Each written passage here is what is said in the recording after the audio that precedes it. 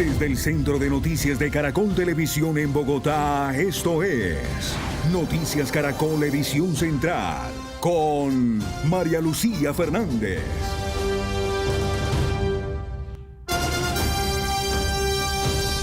Buenas noches y bienvenidos a la edición central de Noticias Caracol. La seguridad de los candidatos que compiten por la presidencia de la República es uno de los temas que más preocupa a 6 semanas de la primera vuelta. En las últimas horas, el presidente Petro alertó sobre un posible atentado contra Iván Cepeda, mientras que el gobierno Trump hizo una seria advertencia tras las amenazas contra Paloma Valencia y Abelardo de la Espriella. Con este mensaje en su cuenta de X, el presidente Gustavo Petro alertó sobre un posible atentado contra el candidato de su partido, contra Iván Cepeda, pero reveló además que es la Central de Inteligencia de Estados Unidos, la CIA, la que tiene los detalles, una alerta sobre la que se pronunció el candidato. Nunca, óigase bien, nunca lograrán que nos detengamos. Ningún miedo. Nadie evitará que lleguemos al segundo gobierno progresista. La revelación del presidente Petro se da después de conocerse la advertencia del Departamento de Estado de Estados Unidos sobre amenazas contra los también candidatos Paloma Valencia y Abelardo de la Espriella. En una sesión en la Cámara de Representantes de Estados Unidos, Michael Kozak, alto funcionario del Departamento de Estado para América Latina, hizo esta advertencia cuando lo interpelaron sobre la posición del gobierno Trump acerca de esas amenazas. Para las personas que están pensando en hacerles daño, enfrentarán unas terribles consecuencias, así lo intenten. Después de que vimos matar al senador Uribe, hemos hablado con las autoridades colombianas, particularmente con la Policía Nacional de Colombia, que puso más personas en esto. Tanto Paloma Valencia como Abelardo de la Espriella se pronunciaron sobre la advertencia hecha por Estados Unidos. Nosotros no podemos dejar que los violentos decidan quién puede ser presidente de esta Colombia, para poder tener políticas complacientes contra ellos. Agradecido con el gobierno de Estados Unidos por defender la libertad, la democracia y la institucionalidad. Yo estoy con Dios y con el fervor del pueblo colombiano. El gobierno nacional aseguró que las campañas de Paloma Valencia, Abelardo de la Espriella e Iván Cepeda tienen más de 30 hombres cada uno para garantizar su seguridad. El ministro de Defensa, Pedro Sánchez, mencionó que ya tuvo contacto con Estados Unidos. He interactuado directamente con personal de los Estados Unidos para recibir información que se tenga al respecto de dichas amenazas. Todas las capacidades de la fuerza pública serán desplegadas al máximo de lo que sea posible para proteger a nuestros candidatos. En total, y para la seguridad de los 13 candidatos, se han destinado 107 miembros de la UNP, 160 policías con los candidatos, 29 vehículos convencionales, 39 blindados y 29 chalecos para brindar las garantías necesarias.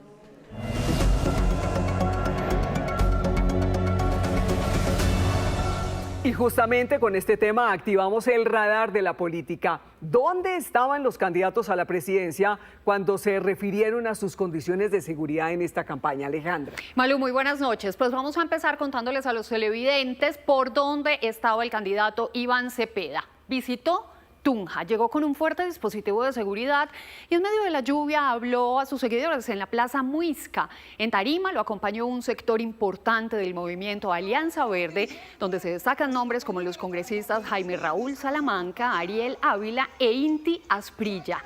El candidato presidencial del Pacto Histórico agradeció a los campesinos de Boyacá porque pese a las dificultades siguen sacando sus productos. Insistió además en una reforma a la salud que los beneficie y resaltó la importancia de ese departamento para ganar en las urnas en la primera vuelta. Al final le impusieron la típica ruana boyacense.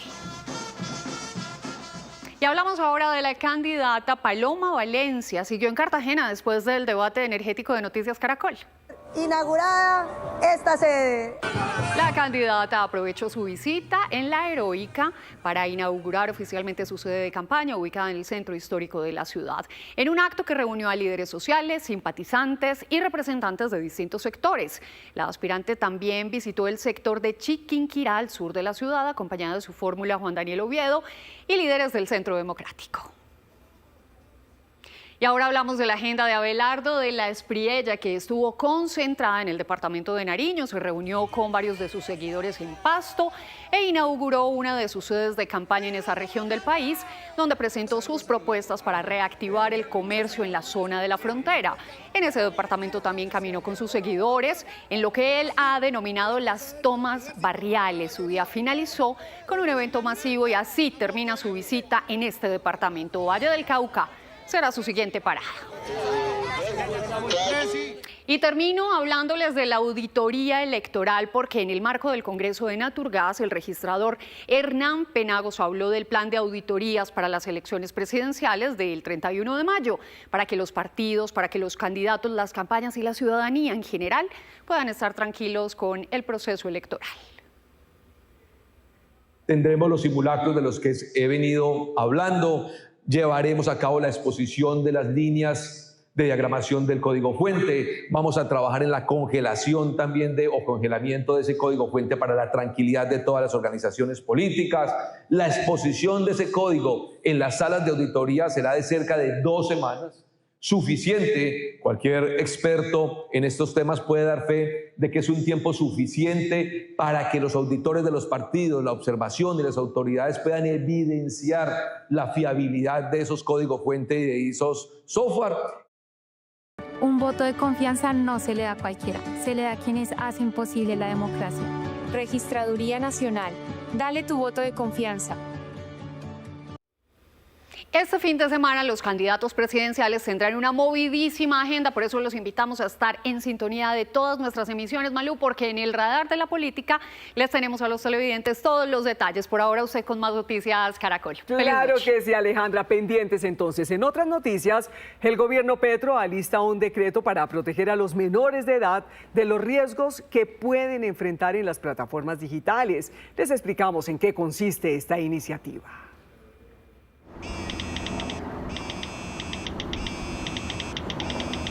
A muchos padres de familia les inquieta la influencia que pueden tener las redes sociales sobre sus hijos. Están con unos programas, con unas programaciones que en realidad no dejan ningún fundamento, ninguna enseñanza. Muchos riesgos, pero si se saben manejar, pues las cosas serían diferentes. Pero creo que no están capacitados los muchachos para eso ahorita. Poco control de las plataformas han llevado a que los países le pongan la lupa a la reglamentación. Colombia hoy da el primer paso con este proyecto de decreto que busca crear un comité nacional que decidirá si se restringe o no el uso de plataformas digitales en menores de edad. La creación de este comité nacional que permitirá tener una información que se reportará anual por parte de la industria, entregará información relevante para identificar estos casos donde los niños, niñas y adolescentes se han visto o se pueden ver vulnerados en estos entornos digitales. El gobierno se reunió con las principales empresas que operan plataformas digitales, entre ellas Meta y Google, al considerar que allí se concentra un punto crítico del problema. Ya lo que debemos hacer es empezar a implementar esos controles, verificación de edad, privacidad por defecto y contenido sano. Por ejemplo, redes sociales como Instagram, como TikTok, tienen controles parentales y restricciones de edad. O algunas plataformas inclusive limitan mensajes o contenido sensible según el tema del perfil de la persona. Pero el problema es que no existe como tal un estándar uniforme obligatorio para todos los servicios. Varios países como Australia e Indonesia avanzan con restricciones que limitan el acceso de menores de 16 años a ciertas redes sociales.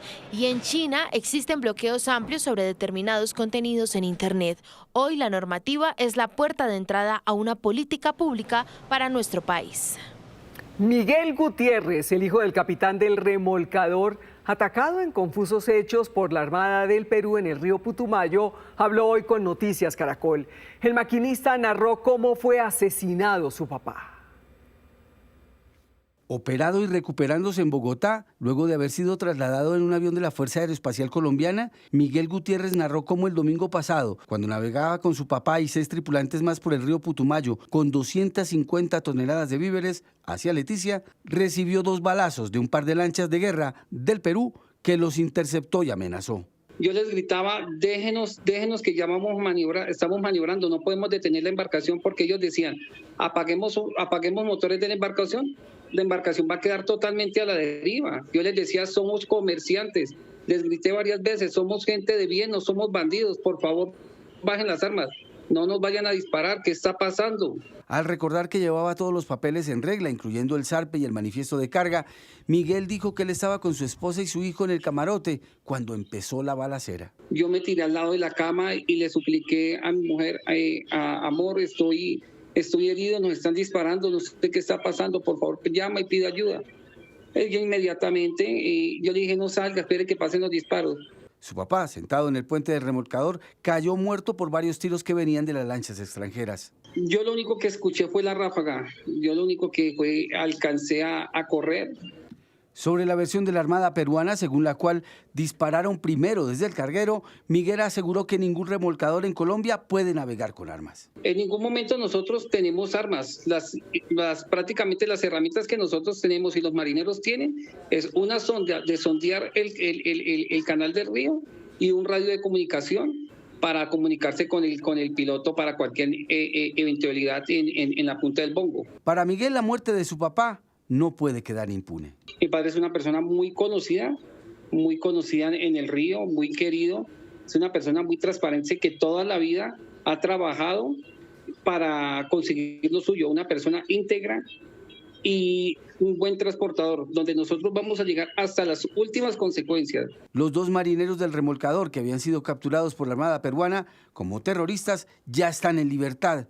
La Fiscalía colombiana inspeccionó el carguero y contabilizó más de 30 disparos contra la embarcación. La investigación por este incidente internacional avanza.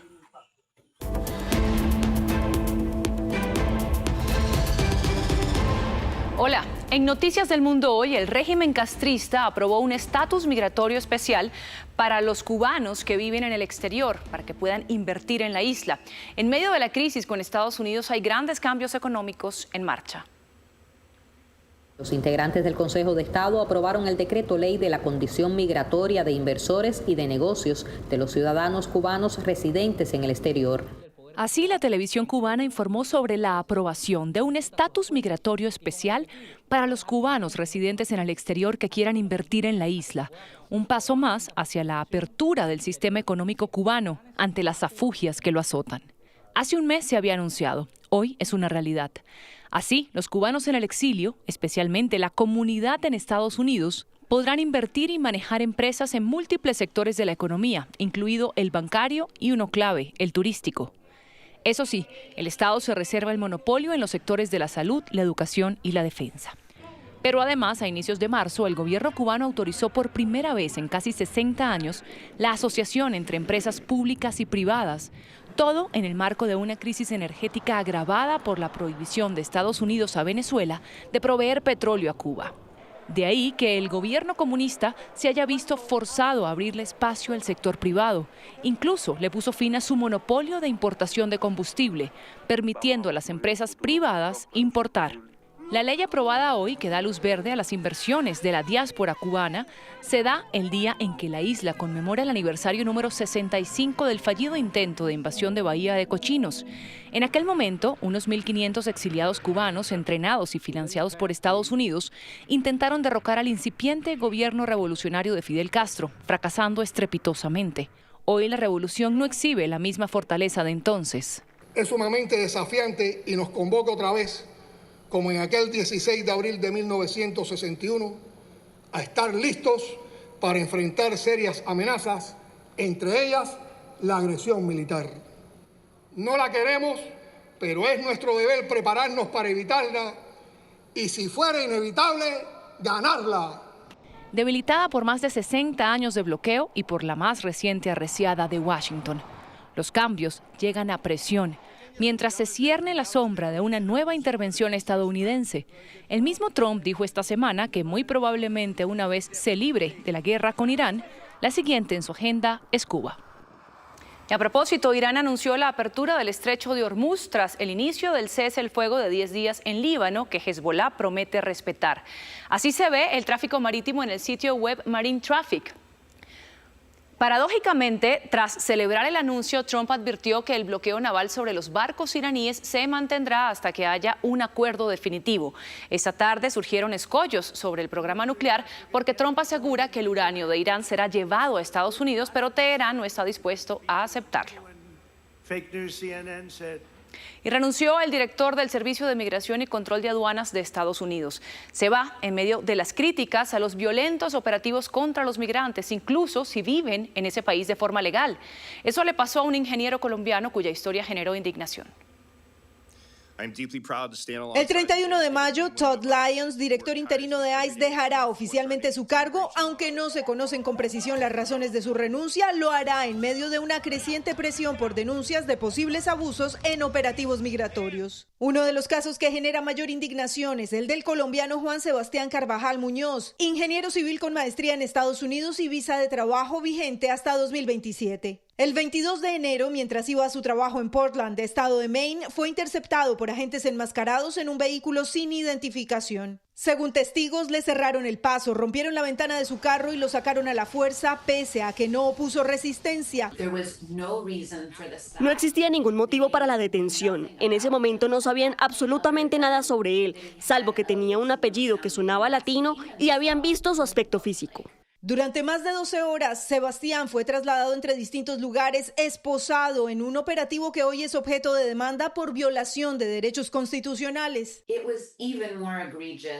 La situación se volvió aún más indignante cuando se les indicó a los agentes que debían ponerlo en libertad.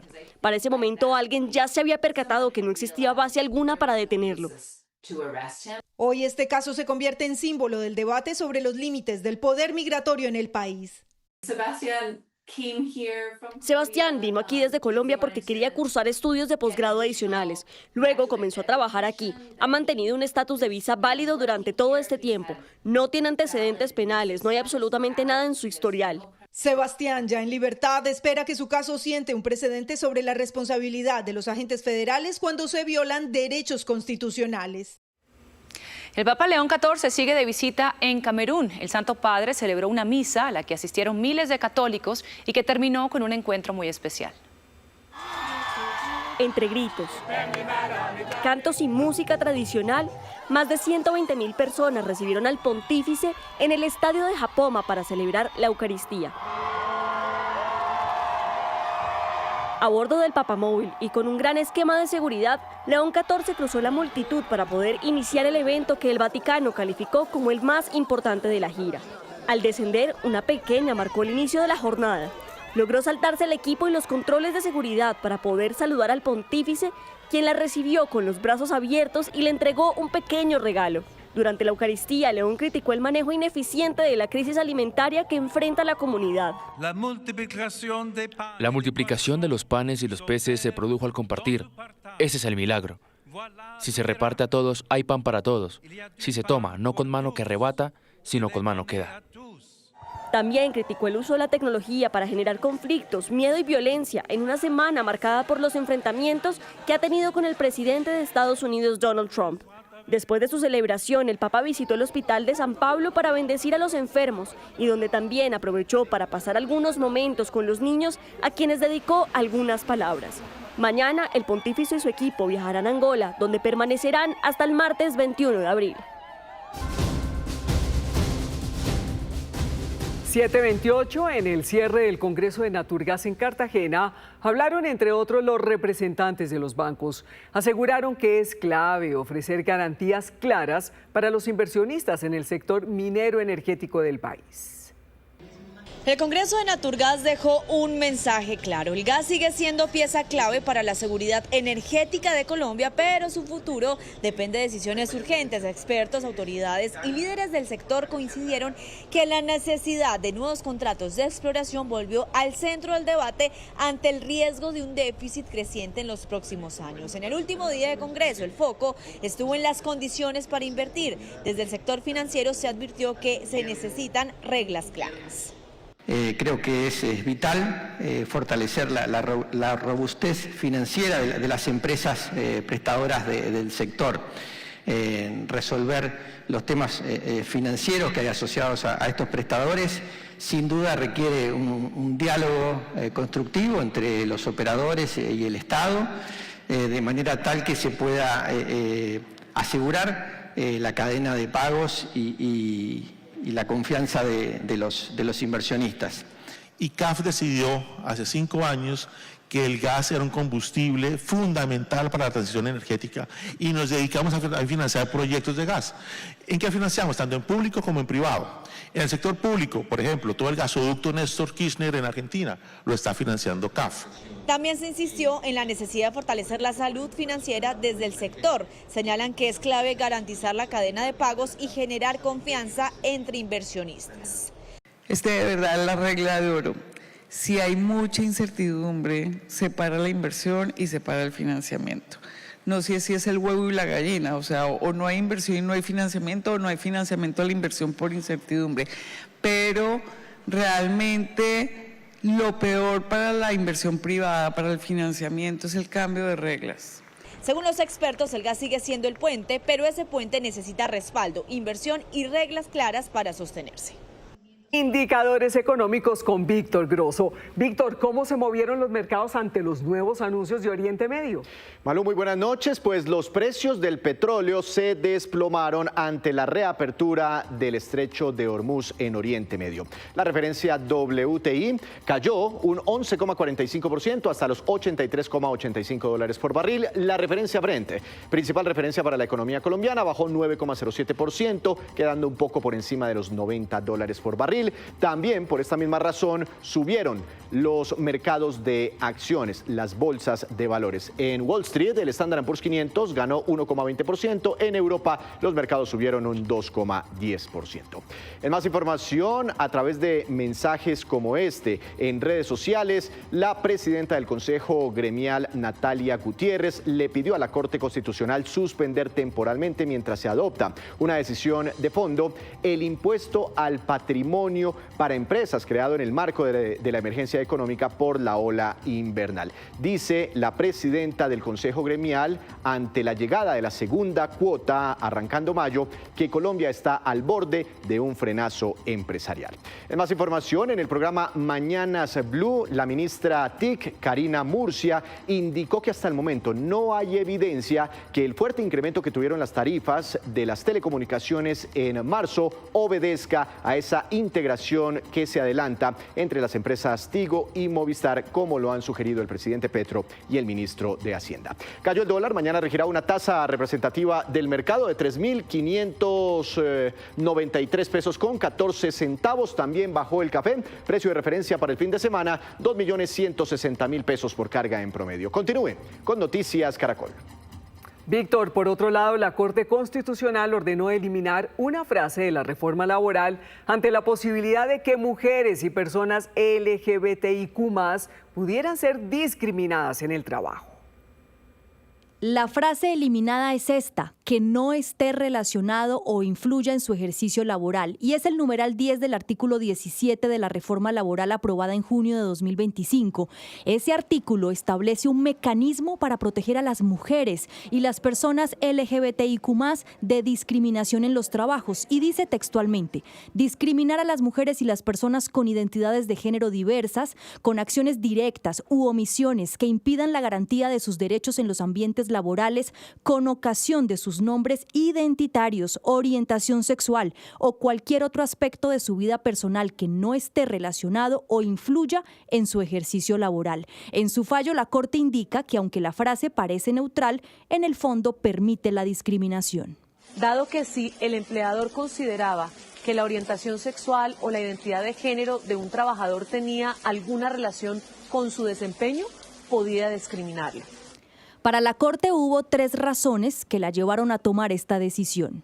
La primera, el empleador ya tiene herramientas legales para responder cuando un trabajador tiene un problema real de desempeño. La segunda es que la frase ponía como condición para recibir protección precisamente los rasgos que la norma buscaba proteger.